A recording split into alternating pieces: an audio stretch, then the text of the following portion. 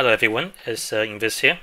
Today I'm making this video to express my feeling, feedback and suggestion of the second patch of Reaper of Soul.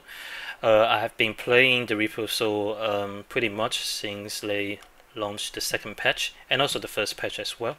There are quite a lot of difference, and the only class I play is Monk. I have a list of things I want to cover today, and hopefully at the end of the video, if Blizzard you're watching this, you can take in some of the suggestions. If the viewers, if the audience you are listening to this, feel free to discuss. So here are the list of things I want to go through. The first, which is pretty much a straightforward one, the bug report. There are tons of bugs in Reaper of Soul right now. The same as last patch, it's just different bugs. They fix some of the overpowered stuff, but they also introduce some new bugs. Some bugs they did not discover in the last patch, some bugs they discovered in this patch. Nevertheless, the game seems to be very far from finish, and there's nothing wrong with them, because after all, this is a beta, and we are supposed to be here as a beta tester finding all the bugs. One message I do want to, however, send out is, if you are also a beta tester and you're still playing the game, I think having the right attitude as a beta tester is important. I feel like if you discover something that you don't think is intended, you think it's overpowered that allows you to do something that other people cannot do, don't try to hide it, because whatever you do, whatever does not get discovered by anyone, and that makes it into the live game, if you try to take advantage of it, it will just create a bigger problem after all. And I hope that you understand why we are selected as the beta tester. We are here to help Blizzard to make the game better, but it's also Blizzard's job to listen to our opinion, our suggestion, and the report to make the game better.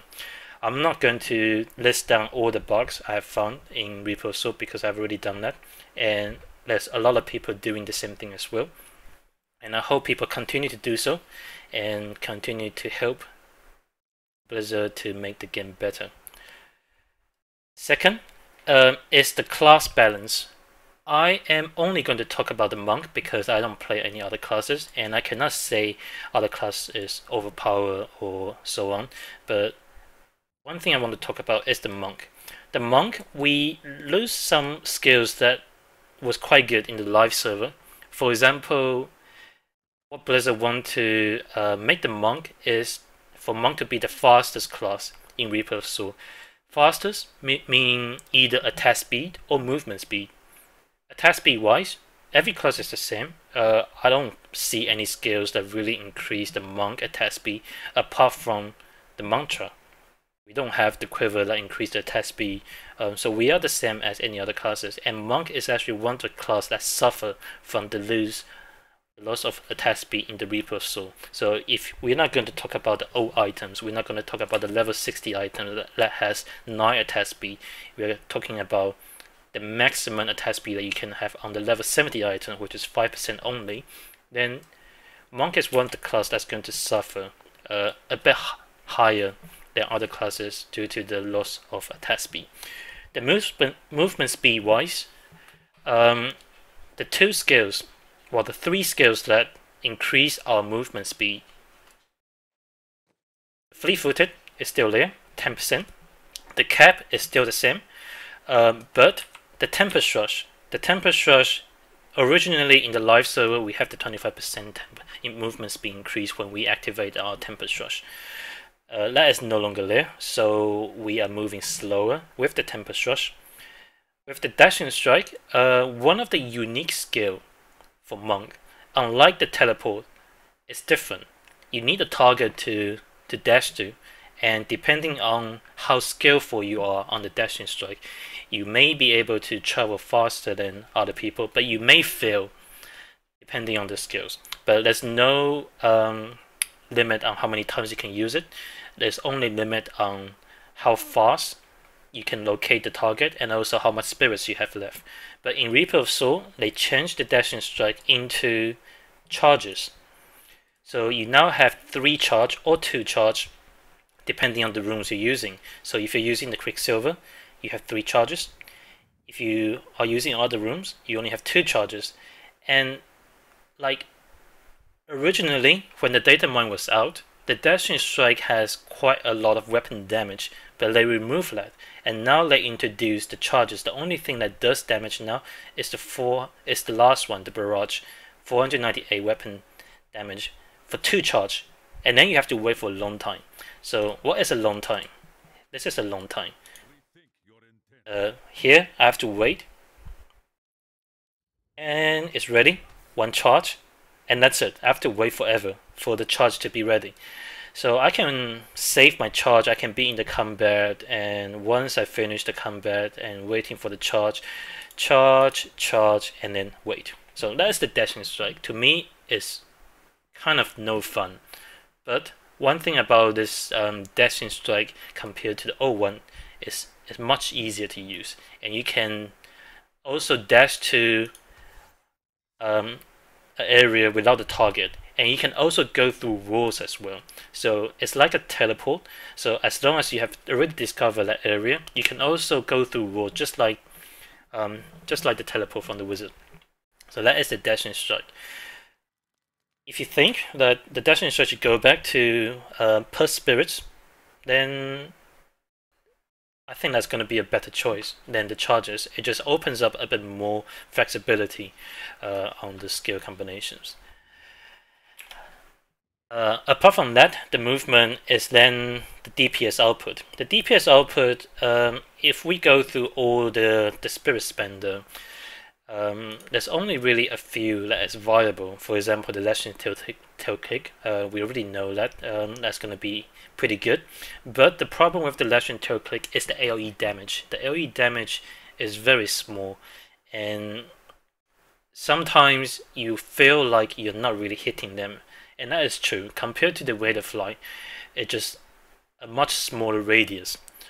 But if you look at the Lashing Tail Kick, the most you could do is 677 as fire damage, and that's decent. That's not really that low. It's just the AoE is quite small. The Rate of Light receive a nerf on the damage output, but the Rate of Light remains to be the largest AoE damage output we can do, and also it removes the knockback now. So in a sense, the Rate of Light is a better choice than the Lashing Tail Kick, in my opinion. But still, considering the weapon damage, if you're using the Explosive Light, which is the strongest one, then you're going to be doing 731. But that's it. 731 is the highest skills spender that we can do. The other, for example, the SemiSolid Strike, the one that I really want to promote, is still very bad. Okay, it doesn't matter if you have the stuff that's going to remove the cooldown of the SemiSolid Strike, which is somewhere here. The Diable removes the cooldown of the SemiSolid Strike. Remember that high weapon damage that is showing on the tooltips is not single hit, and also there's animations. So it's going to be several hits doing that damage, and also you're going to wait for the animation to finish. So unlike the Lashing Tail Kick or the Rate of Light, you can constantly spam them depending on your attack speed. With the SemiSolid Strike, you cannot do that. So I try to play with the Diable and try to make the SemiSolid Strike works. It still feels very underpowered, and the SemiSolid Strike can potentially be one of the signature skills for Monk. It's just not happening, and I don't see how people are going to be able to use the skill on high Torment. In Torment 1, in Torment 2, any skills combo is viable, and even with the SemiSolid Strike. But moving on to higher Torment, this is just not going to work. So the damage output is very limited. There's not much else we can do. Like, I have some weird builds that's using the Cyclone Strike, for example, and the Sunburst, doing 454, and I'm able to spam that. But there's only really limited things that we can do as a spender. The Epiphany cooldown is too long, and the mantra already take up 4 places, so there's less skills compared to other classes. And we have our fist attack. Now the fist attack is still very viable. The fist attack can still do a lot of damage, and combined with the right weapon, you can still do a lot of damage. But the fist weapon is boring. It's got no very cool animation, and also one thing I already mentioned, the attack speed. And that is why if you're going to count on using the fist attack as your main DPS output, then the lack of attack speed in Reaper of Soul is going to make you hit slower and also do less damage on the fist attack. But still, fist attack is quite good. Also is a very good way to get your spirits back. Spirits is not really a problem in Reaper of Soul, and we still have our old good friend, the Exploding Palm. It's still very, very good, and it's still one of the signature skills that we have as a monk. So that is the class. Do I feel like the monk is underpowered? I don't feel like the monk is underpowered. I feel like we are limited by some restraint, either by the gears or just by how they design the skills. For example, the Dashing Strike, we are limited on that, and also the Spirit Spender, we are kind of limited on that as well. So we can't really come up with too much build diversity, but we are in a very good position, and our defense is good. I can survive T6. I may not be able to kill that fast without using any bug weapon, but my survival in T6 is pretty good. Compared to other classes, I think we are in a good place. So now let's move on to the next thing, is the itemizations. Itemization in Reaper of Soul is a lot different compared to the live server, and the stacks, for example, is different. We have now a lot higher main stacks. For example, we have this Amulet 713 dex, 655 vitality. This is my old necklace. Okay, so this is the sort of things that you will feel when you're looking at the old items. You'll see like, oh, trifecta, high everything, and you'll be amazed at how good a particular jewelry or particular item is. But you're not going to feel that way in Reaper of Soul, because the stacks are quite boring to look at. For example, you're going to have something like this. Okay, you're going to have a fire skill damage capped at 20%, and you're going to have a dex, a vitality, and a critical chance at 6%. The dex is going to be 500 max, and the vitality is going to be 500 max. That's it. This is the bracer. The ring, like this is my old ring, but the new rings are just going to be like this. You can have 5% attack speed, you can have 50% critical damage, you can have 6% critical chance, and you can have I believe it's 415 dex, and that's it. That's the main stacks and the secondary stack. So a lot of people will be running around with similar stacks items. That's not going to really feel too special about. Like yesterday, someone sent me this photo. This is the live server one. Okay, people will be like, "Oh my god, this is such a good amulet." This is the sort of things that you're not really going to feel in Reaper of Soul because of the stacks. It's going to look boring. I understand they are moving away from the trifecta. This is not necessarily a bad thing. I'm just saying that people will be running around with similar gears, and if this is what they want, then it's okay. But it's something that you should be prepared of. You're going to lose the excitement when you're looking at items in Reaper of Soul. Apart from that, there's still a lot to cover in the itemization. For example, the first thing I want to target is the old items being superior in the new patch. This, in my opinion, is a very bad thing. So I already know you can purchase or you can own the live server items, and you can enchant them to become the best weapon or the items in Reaper of Soul. I'm going to show you some example. For example, this is a level 60 gloves. This has been enchanted to become the best gloves, one of the best gloves that you can get in Reaper of Soul. Due to the fact that attack speed can be 9 and the critical chance and the critical damage can be higher compared to the sort of gloves you can find in Reaper of Soul, you can't compete with this. You can also have a socket, and with the socket you can have additional 200 and I believe it's 70 or 280 decks in that socket by using the gems. So then this gloves, a level 60 gloves, will become a better gloves than any other gloves in Reaper of Soul. And this is a problem. I do not feel like we should be buying the old gears or like getting all the items from the auction house right now, so then we are going to have advantage in Reaper of Soul. If Blizzard really meant what they say, they want us to play the game and make getting the upgrade, they want us to play the game so then we can get the upgrade while we're playing the game as the most rewarding way, then buying all this item and enchant them seems to be something they need to address, and it should not make it to the Reaper of Soul life.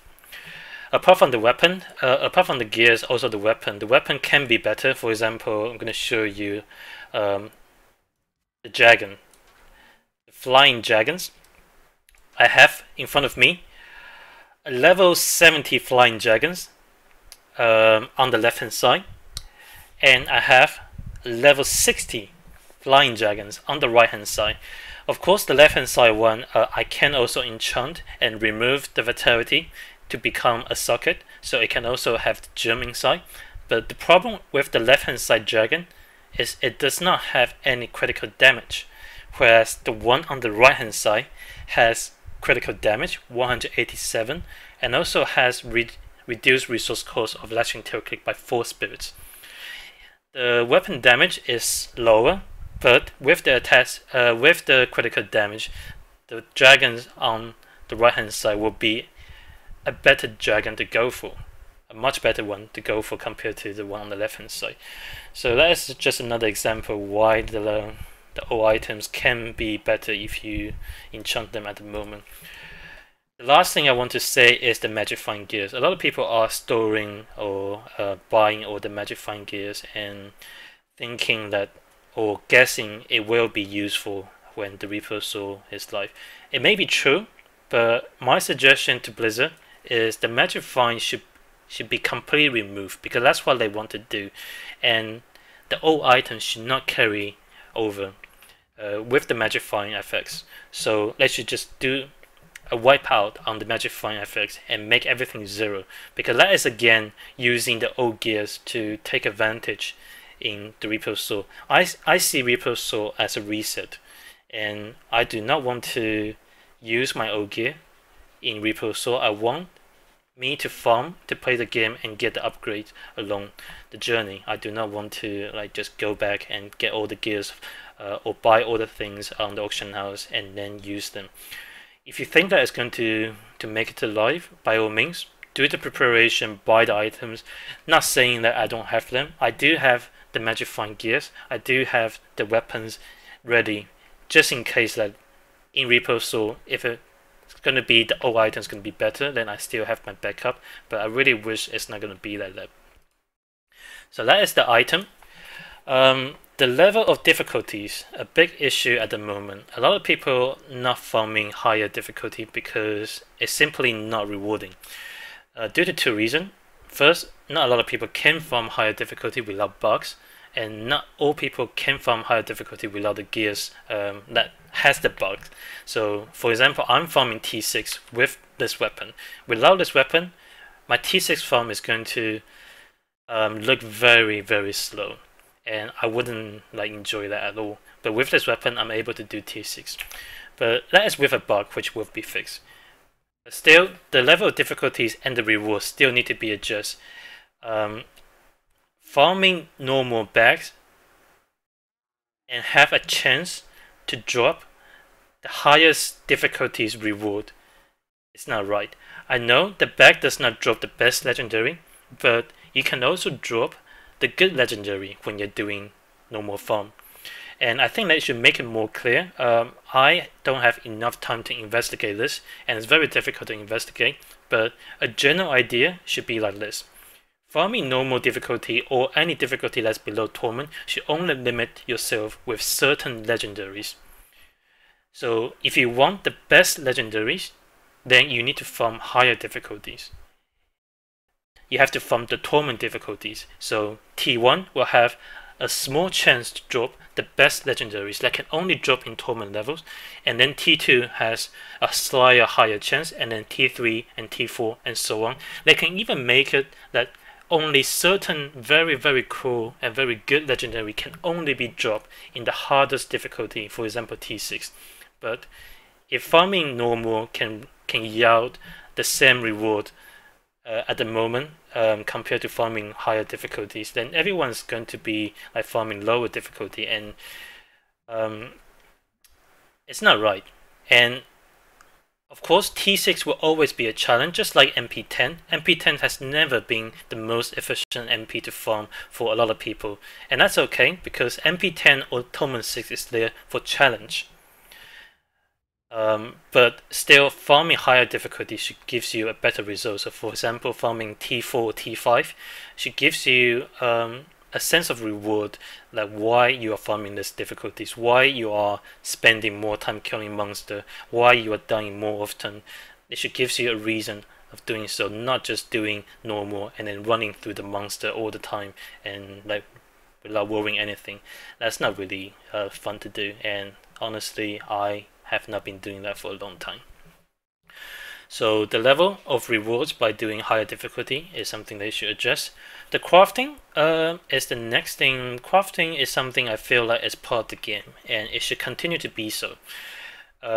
Back in the live server 1.08, the demonic essence is one of the main reasons why I kept on playing the game, and it's something that is a very good system because you can never be predicted on how many legendaries you can get because it's RNG. But every time you farm, at least you're getting some materials. And by getting the demonic essence back then, I'm able to craft some items at the end of the day. And then it gives me a small chance of finding something that is going to be good and potentially be the best item in game. But right now, the crafting is not that. So if you go here and try to craft any items here, they are not going to be better than the legendary items that you're using. So what is the point of crafting? The crafting then becomes something you do before you find the legendary. It's not something that you do after you find those legendaries. And crafting and picking up all these materials can be some sort of end games, because that was my end games in 1.08. Demonic Essence, I love Demonic Essence. I love getting them. I love having the reward of collecting all this demonic essence at the end of the day and craft and have a small chance to get the best item in game. That kind of things needs to be here in Reaper of Soul.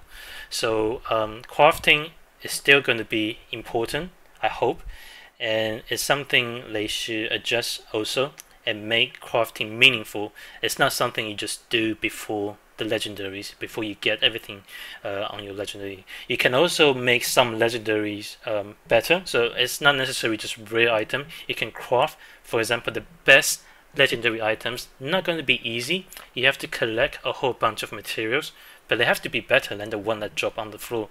Otherwise, there's no fun of crafting.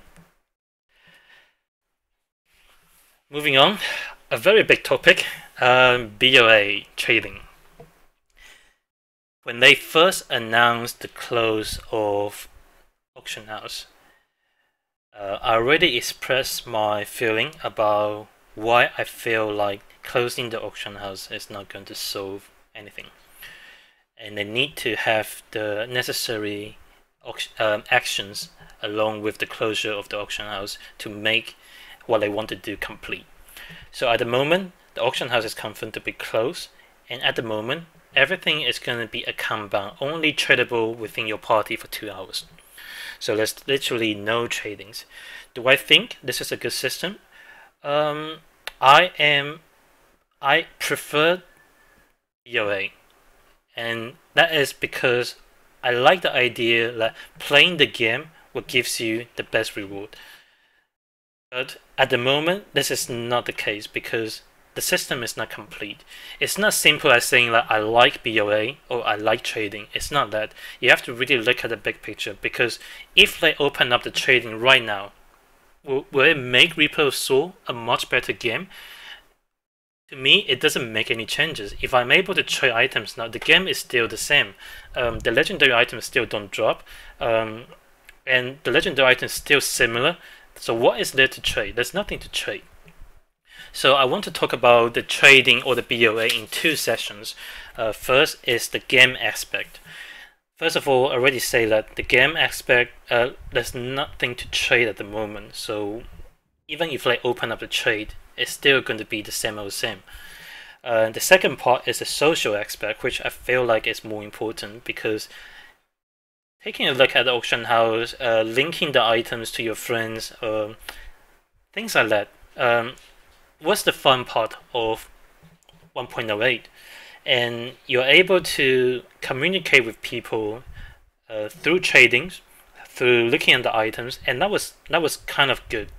But right now we are limited on what we can do. We are limited on only able to trade for 2 hours. So you feel like you're playing a single player game. Yes, you can trade with the party member, but only for 2 hours, only for the parties you're playing with. And for people who like to play single player, they have no options, they have no tradings. What options can they do? What things they can change? Well, closing the auction house can be good. Making playing the game the best way to get the best items can be good, but they need to really make it happen. So they need to make it that if you are playing a higher difficulties, you may find the absolute perfect or absolute special weapons that's going to make your character different than other classes. It may allow you to play some certain builds, but they need to be difficult to find and they need to be special. And they could also potentially open up more trading options. For example, trading 2 hours trading in your clan, not just within the group. So that way, it gives you options to still farm in solo. But then once you get something good, you can then everyone in your clan is going to see the items, and then people can say, "Oh, congrats! This is a very good item. Can I buy it from you, or do you need it?" So there's going to be some communication between your clan members. Or another way is buying on equipped. So if you find something that's going to be usable by you, then once you ID, once you equipped it, then it's going to be buying on account. But if you find something that is not going to be useful for you, instead of having only one option, two options. One is to trade in a party if you're playing the party. Second is to salvage into material. How about making the useless item tradable if you're not going to use them? So it's going to be only buying on equipped.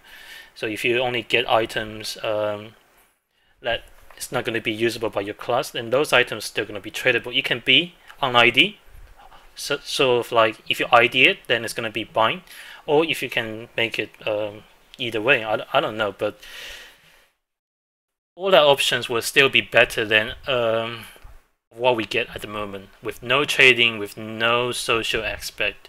And at the moment, it does really feel like you're playing a single player game. I do wish they can make the buying on account work, and there are a lot of good suggestions I can make. So Blizzard, if you need me to write a detailed proposal, I can do that. And I do wish that the buying on account can work, because that will make the game a better game in the long run. In my opinion, trading is fun. Trading should still be open, but buying on account in another way is also a good system as well. It makes your character feel different and special, and it makes people to continue to want to farm to be the elite or to be unique in the clan or in Diablo 3. Moving on to the social things. The social thing at the moment is also very limited. There's not much option we can do in clan. At the moment, it's like joining a big group and people get all the gears, and it will show, like, for example, someone's got this looted. That should be options to turn it off. There's many things that they need to do about the clans. For example, I already mentioned this many times. if I create a new post, like this message is very limited, so I'm only limited to something like 100 words or something. So if I want to send like a detailed message, I cannot do that. For example, this was my message I sent to my clan member about the Nemesis Bracer having the right attitude, and this long text I cannot put it in the new post. The chat system is really bad.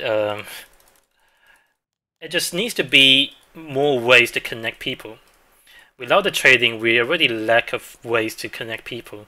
And right now, without a proper communication systems, a chat system, or a PM systems, we really not communicate at all. I hate the fact that every time people PM me, and if I get disconnect, the PM disappear. If I want to leave a private message or offline message, I think I should be able to do so, and I think that is something that should be implemented. But there's a lot of things that I can do about the social, and what I think about the social aspect is the game can be decent, can be so-so. It can be not perfect, but what they do to polish the game, so the user interface, the playing experience, and all that will then make the game better.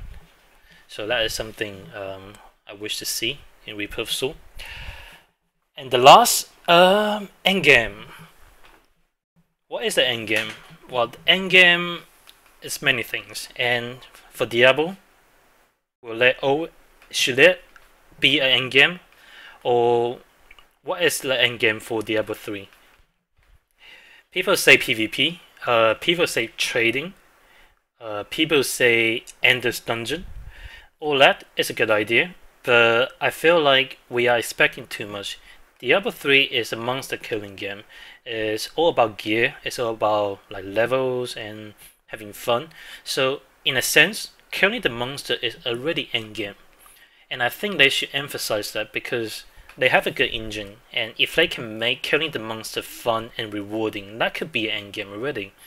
It doesn't need to be PvP, because PvP is not going to make it. With all the skills combination right now, there's too much to balance, and it's just not going to happen.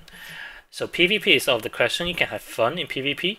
Trading, there's nothing to trade, I already mentioned. So having the trading there is not going to magically make D3 or Reaper of Soul so much better, because it's not really an endgame solution. How about Endless Dungeon? Well, Endless Dungeon is good. It's challenging, and it's monster killing, and that is something I wish they can build the endgames around that single task, monster killing, because that is what D3 is about. We are here to kill monster. We are here to kill a whole bunch of stuff. Doesn't matter if they are powerful, doesn't matter if they're big. If they have 100 monster like rushing to you, it's gonna be fun. If they have 5 ultra big monster that surround you, ultra big boss, it's gonna be fun, and that is the end game. As long as there's a reason why you're doing so, as long as you're not just gonna kill them and get nothing, as long as you can get some materials for potential craft or some good chance of the best legendaries, then it's going to be good. It just needs to be rewarding. It just needs to be properly rewarded, and there needs to be a reason why we are killing all this monster. They're not just there and say kill me, and after killing them you feel this emptiness of not knowing why did I kill you. But after all that review, I still have very high hope in Reaper of Soul. And I think Diablo can potentially be a very, very good game. Some of the suggestions I said, you guys may not agree. Some of the suggestions I said may be very stupid, but at least that's what I feel. And I wish Blizzard can listen to some of the things, and a lot of the comments and a lot of the opinions has really been suggested by a lot of people. One thing I do want to say last is, it's not always just yes or no. For example, people say yes BOA, no BOA. It's a lot of things, and they need to take into considerations of what will make the game complete. Making the trade open is not going to magically make the game complete. They need to They need to have the necessary items to trade for. They need to have the necessary channel or tools to trade for, because right now we don't have the auction house. So that's one way to look at the trading. It's going to be a very linear trading where you open up the trading chat and trade items, or just drop it on the floor, which is kind of like boring and not fun. There's no communication as well. But I still play the game a lot, and I joined the monk classes, the monk class.